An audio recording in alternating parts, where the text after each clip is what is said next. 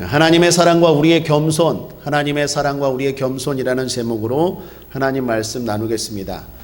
이제 노아의 심판, 하나님의 심판을 통하여 노아의 구원의 방주로 말미암아 노아의 가족과 그리고 생물들이 구원을 받았습니다. 홍수가, 비가 그쳤습니다. 새로운 인류가 시작되는 장면입니다. 노아부터 시작되죠. 새롭게 시작하는 인류의 시작, 첫 이야기가 뭡니까? 하나님의 은혜입니다.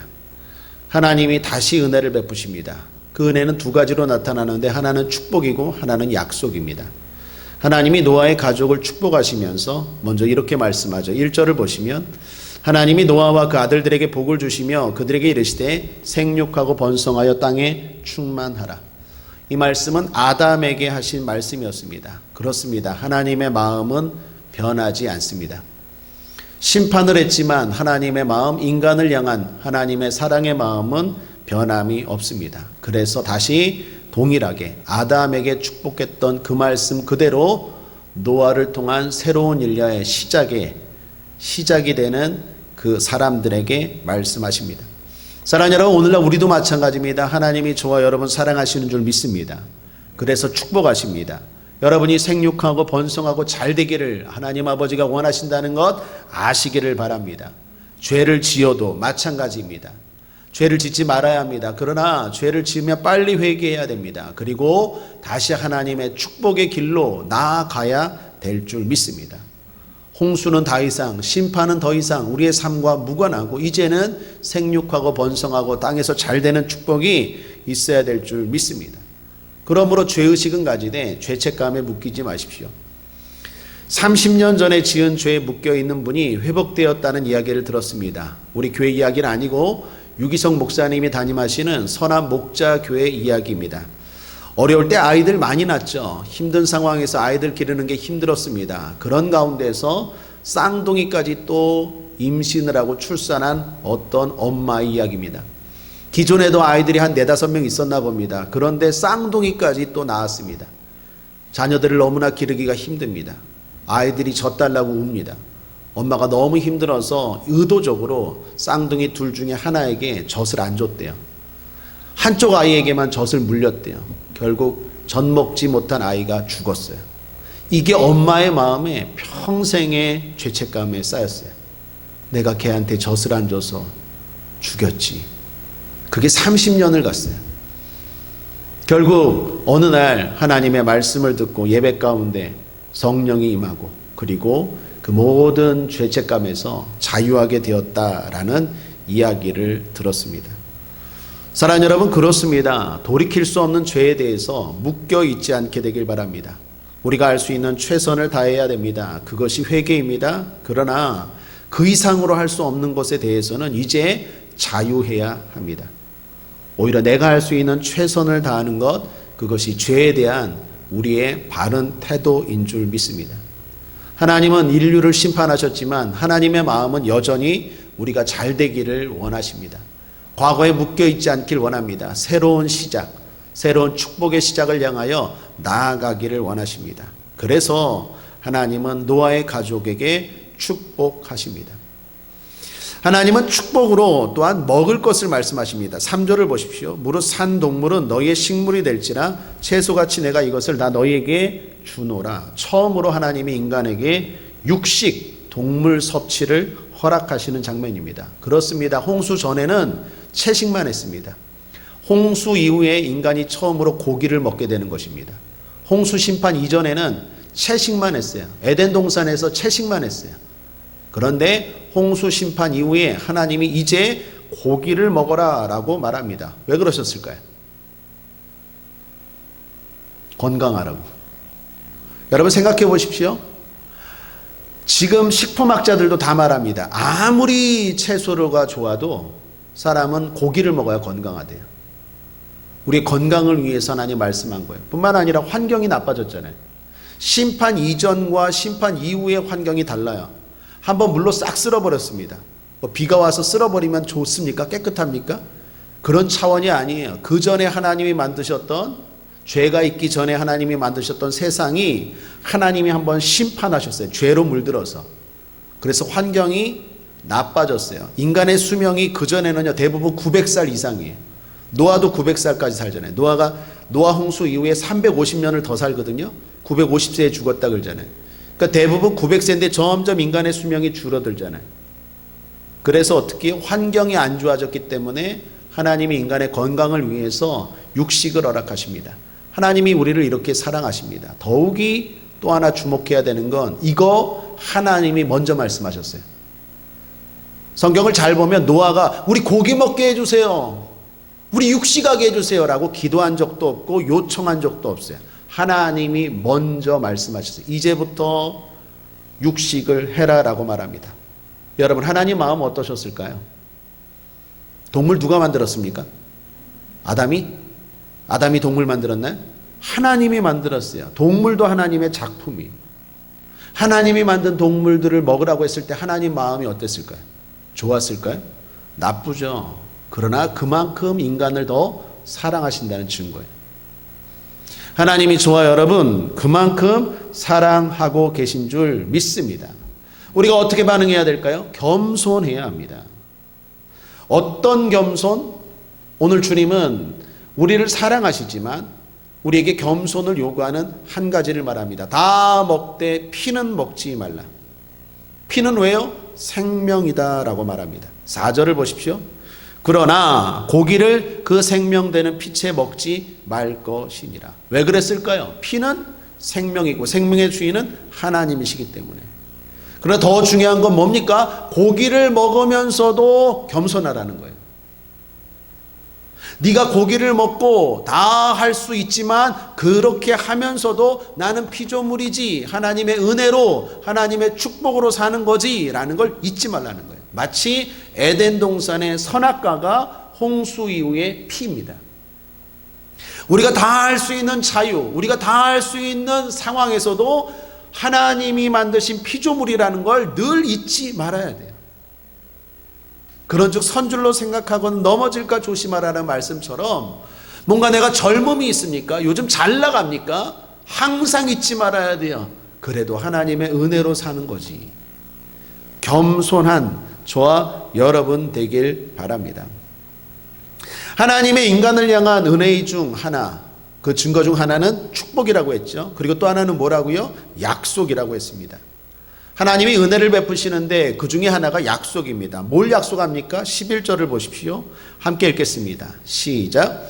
내가 너희와 언약을 세우리니 다시는 모든 생물을 홍수로 멸하지 아니할 것이라. 땅을 침몰할 홍수가 다시 있지 아니하리라. 이제 땅을 홍수로 멸하지 않겠다 약속하십니다. 이것도 인간이 요청한 게 아니에요. 하나님이 먼저 제안하고 먼저 언약을 맺으신 것입니다.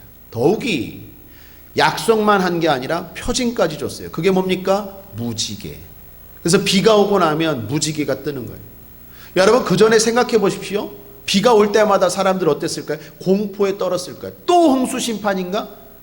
홍수 심판 한번 경험해 봤잖아요. 그래서 비가 오면 두려운 거예요. 그런데 하나님 어떻게 해요? 무지개라는 표징까지 주시면서 이제 두려워하지 말아라. 내가 다시는 비로, 물로 심판하지 않겠다라는 거예요. 그래서 지금도 우리 비 오면 무섭습니까? 비 오면 막 무서워요? 오, 막 무서워요? 아주 신나죠? 비 오면 신나네. 그래서 지금 무서워하지 않는 거예요. 왜요? 하나님이 언약을 통하여 하나님의 은혜, 하나님의 사랑을 보여주고 있다라는 것입니다. 이런 하나님의 사랑 앞에 또 우리는 어떻게 해야 됩니까? 겸손해야 돼요. 무지개를 보면서 이제는 공포가 아니야, 좋아 라고만 할 게 아니라 그 무지개를 보면서 죄를 생각해야 돼요.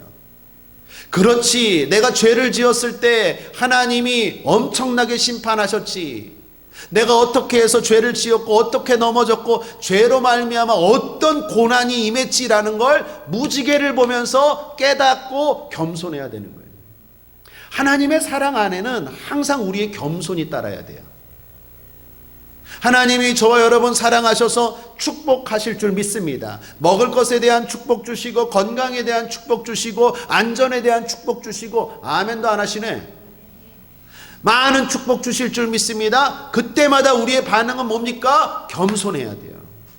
하나님이 우리에게 약속하셨어요. 많은 것들을 약속하셨어요. 그럴 때마다 우리는 또 한 번 생각해야 돼요. 겸손해야 돼요. 늘 절제하고 늘 중심을 잡고 살아가야 되는 것, 그게 우리의 반응인 줄 믿습니다. 하나님 언약 맺으실 때마다 표징을 주셨죠. 아브라함과 언약 맺을 때 할례라는 표징 주셨습니다. 모세와 언약 맺을 때는 안식일, 제자들과 언약 맺을 때는 성만찬. 오늘날의 표징은 뭡니까?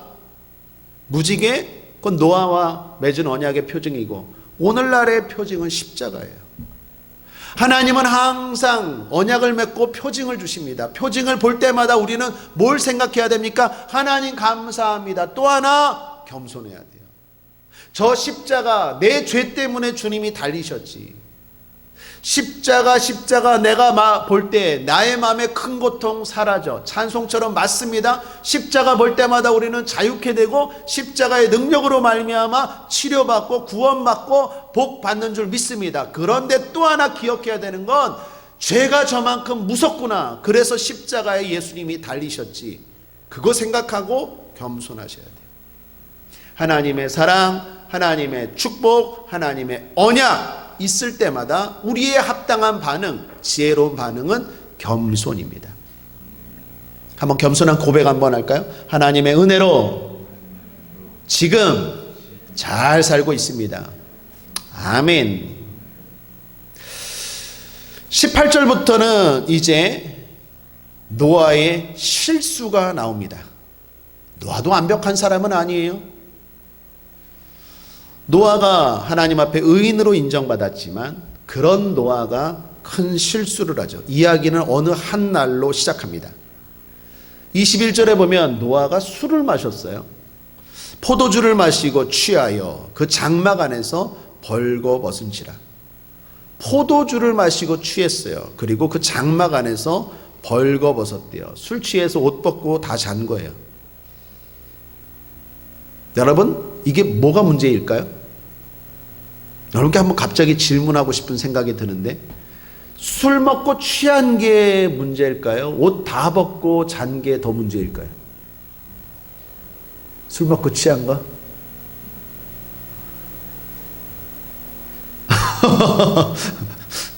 둘 다 문제겠죠. 그런데 여기서 진짜 문제는 옷 다 벗고 잔 거예요. 왜요? 수치심을 잊어버린 거예요. 그거 잊어버리면 안 되나요? 안 되죠. 여러분, 아담이 죄를 짓고 제일 먼저 나타난 게 뭐예요? 부끄러움이에요. 수치심이에요. 그 이후로 사람들은 이제 벌거벗은 게 수치심이 되었어요. 그래서 옷을 입었잖아요. 옷을. 오늘날 아무리 더워도 빨가벗고 다닙니까? 그거 벗고 다니면 어휴 부끄러워 그러죠. 왜요? 수치심을 알고 수치심을 가릴 때 수치심을 이길 수 있어요. 이게 죄로 말미암아 오늘날 주어진 인간의 의무예요. 술 취한 게 그래서 나쁜 거예요. 술 취하면 술 취한 것만 문제가 되는 게 아니라 진짜 문제는 뭐예요? 수치심, 마땅히 수치심을 가져야 되는데 수치심을 잊어버리게 만들어요. 여러분, 술 먹고 취한 사람들 보십시오. 부끄러움이 없잖아요. 왜 막 소리 지르고 다녀요. 막 남들 생각하지 않고. 그죠? 그죠? 술 먹고 막 그래요. 고함 질러요. 막 대자로 뻗어요. 막 그렇게 조용했던 사람이 그냥 뭐 됐든 막 이야기하고. 그죠? 한때 그랬잖아요. 그렇다니까요. 술 취하면. 술 취하면 부끄러움이 없어요. 여자가 부끄러움이 없어요. 남자가 부끄러움이 없어요. 수치심을 가져야 수치심을 이길 수 있어요. 이 말 잘 알아들어야 돼요. 그런데 마땅히 가져야 될 부끄러움을 뭐가? 술이 있게 만든 거예요. 그래서 노아가 벌거벗고 잔 거예요. 그러면 안 되거든요. 그건 부끄러운 일이거든요. 그런데 노아가 어떻게 해요? 술 먹고 벌거벗었습니다.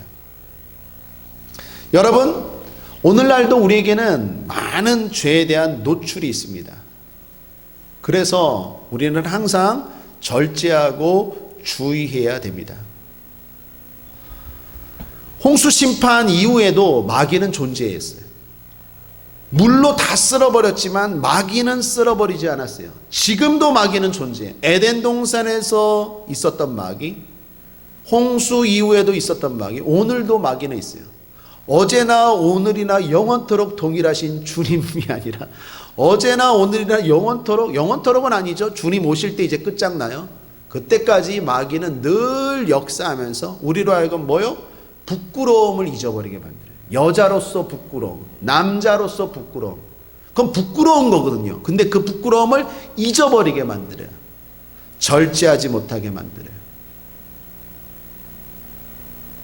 그러므로 사랑하는 여러분, 다 끝났다는 생각을 버려야 돼요. 노아가 아마 긴장이 풀어졌을 거예요. 사실 노아 대단한 사람입니다. 100년 동안 의롭게 살았잖아요. 홍수 심판 통과했잖아요. 긴장이 풀어질 만도 하죠. 그럼에도 불구하고 풀어지면 안 돼요. 더 문제는 뭘까요? 노아가 벌거벗고 자고 있을 때 막내 아들 함이 보았습니다. 함은 노아의 아들 중에 막내입니다. 그런데 성경이 이름을 말할 때 뭐라고 말합니까? 셈과 함과 야벳이래요. 함이 둘째처럼 보이죠? 보통 성경에 이름을 쓸 때는요, 순서대로 써요. 장자, 차자, 셋째. 그런데 함이 두 번째로 나와요. 나이 순으로 쓸 수도 있지만 어쩔 때는 중요도 순으로 쓸 때도 있어요. 오늘 여기의 경우가 그렇습니다. 셈과 함과 야벳이죠. 야벳보다 함이 더 중요한 인물이었어요. 왜요? 당시에 바벨론 지역과 다른 타 지역을 정복한 아들이 함이었어요. 그래서 셈과 야벳과 함인데 나이 순으로 따지면 셈과 함과 야벳이에요. 그랬던 막내 아들 함이 어떻게 해요? 아버지가 벌거벗고 누워있는 걸 본 거예요. 이거 대단한 뉴스거리예요. 함이 어떻게 합니까? 한 번도 아버지가 그런 적을 본 적이 없어요. 100년 동안 아버지는 늘 완벽했어요. 신실했어요. 늘 하나님을 의지하고 묵묵하게 믿음의 길을 걸어갔고, 그리고 그 엄청난 홍수에서 가족을 구원하고 세상을 구원한 아버지예요. 얼마나 멋진 아버지일까요? 그런데 그 아버지가 벌거벗었어요. 이것을 함이 형들에게 알립니다. 그리고 그는 큰 저주를 받았어요. 여러분, 함이 왜 이렇게 큰 저주를 받았을까요? 그건 덮어 주어야 할 일이었어요. 드러내야 할 일이 아니라 덮어 주어야 할 일입니다. 교회에는 바다와 같은 사람들이 많아야 돼요. 바다는 어떻습니까? 다 수용하죠. 어떤 것들이 들어와도 덮어 주어야 됐어요. 그런데 함은 그러지 못했어요. 왜 그랬을까요? 함은 아버지의 모습을 보고 자신의 믿음 없는 모습을 합리화하고 싶었을 거예요. 마치 이런 거죠. 아빠도 저러네 뭐. 아빠도 완벽하지 않네 뭐. 그건 나도 할 수 있네. 이런 거죠. 그게 나쁜 거예요. 아버지는 늘 완벽했어요. 신실했어요. 그런데 아버지가 실수한 걸 딱 잡았어요. 아빠도 그러잖아. 나도 그럴 수 있다라는 거예요. 그리고 내 죄를 합리화하는 거예요. 그게 잘못이에요. 그래서 저주를 받아요. 엄청난 저주를 받아요. 왜? 그 마음이 악한 거예요. 여러분, 우리도 가끔 가다가 TV를 보다가 어떤 목사님이 아니면 어떤 존경받는 사람들이 잘못을 하면 약간의 희열을 느끼죠. 그게 나쁜 마음이에요. 왜요? 저러면 나도 저럴 수 있네 뭐. 그렇지, 저놈도 나랑 똑같은 놈이야. 이렇게 생각하는 거예요. 그런 마음은 하나님이 보실 때 악한 거예요. 어떻게 해야 됩니까? 덮어주어야 돼요. 그런데 함은 희열을 느끼면서 자기의 죄를 합리화하면서 그거를 까발리는 거예요. 오히려 동네방네 까발려요. 아버지가 이렇네. 아버지도 완벽하지 않네. 아버지도 똑같네. 그것이 하나님 보시기에 악했어요. 그래도 노아는 대단한 노아예요. 아버지는 대단한 아버지예요. 사랑하는 여러분, 우리 마음 가운데 이런 마음이 없어야 돼요. 그러기 위해서는 겸손해야 될 줄 믿습니다. 새로운 인류의 시작이 남의 허물을 덮어주지 못하고 지적함으로 시작됩니다. 거기서부터 저주는 또 확산되어 가기 시작해요. 노아 물론 잘못했습니다. 그러면 안 됩니다. 그러나 그럴 때마다 덮어주는 것이 우리의 모습이고 하나님이 원하는 모습인 줄 믿습니다. 아무리 존경하는 인물도 가까이 가면 허물이 있어요. 이 땅에서 죄가 없는 사람은 없습니다. 그러나 심판자는 오직 하나님밖에 없는 줄 믿습니다. 그것을 보고 그것을 드러내고 그것을 까발리면서 나의 죄를 합리화하고자 하는 유혹을 물리쳐야 돼요. 오히려 그런 걸 보면서 나 자신을 돌아보고 나는 그러면 안 돼야지. 그리고 오히려 덮어줄 수 있는 사람이 복 받는 사람이에요. 그게 셈이 받은 복이고 그게 야벳이 받은 복이에요. 셈과 야벳은 어떻게 합니까? 뒤로 들어가요. 부끄러운 아버지의 수치를 보지 않고 뒤로 돌아가요. 뒤를 돌아가요. 마치 우리 어른 옛날에 조선시대 때 이렇게 하는 것처럼 고개를 돌리고 뒤로 돌아가서 어떻게 해요? 아버지의 하체에 그것을 덮습니다. 23절을 보십시오. 셈과 야벳이 옷을 취하여 자기들의 어깨에 메고 뒷걸음쳐 들어가서 아비의 하체에 덮었으며 그들이 얼굴을 돌이키고 그 아비의 하체를 보지 아니하였더라. 이것이 셈과 야벳의 엄청난 축복이에요. 그리고 함은 반대로 엄청난 저주를 받았어요. 이게 별거 아닌 것 같은데 엄청나게 크다라는 거예요. 사랑하는 여러분, 남의 허물을 덮어주는 게 별거 아닌 것 같지만 엄청난 축복이에요. 반대로 남의 허물 그것을 자꾸 까발리면서 자기 죄를 합리화하는 건 별거 아닌 것 같지만 엄청난 저주예요. 그러므로 늘 하나님 앞에 겸손한 저와 여러분 되길 바랍니다. 말씀을 정리하겠습니다. 하나님의 사랑과 우리의 겸손이라는 제목으로 창세기 9장 말씀을 나누었습니다. 하나님 우리를 사랑하십니다. 그래서 축복하시고 그래서 언약을 맺으십니다. 그때마다 우리가 해야 될 일은 뭡니까? 합당한 우리의 반응은 겸손입니다. 하나님이 사랑해 주셔서 우리가 번성하고 하나님이 사랑해 주셔서 이런 상황 가운데서도 이만큼 살고 있는 줄 믿습니다. 그때마다 우리가 해야 될 건 겸손입니다. 하나님이 우리를 사랑하십니다. 그러므로 늘 겸손함으로 긴장을 잃어버리지 말아야 됩니다. 뿐만 아니라 누군가가 실수하고 넘어질 때 겸손한 마음으로 덮어주어야 합니다. 그게 복받고 복받을 사람의 모습인 줄 믿습니다. 저 여러분이 그렇게 되기를 주님의 이름으로 축원합니다. 복에 복을 더하시고 지경에 지경이 넓혀지는 저와 여러분 되기를 주님의 이름으로 축원합니다.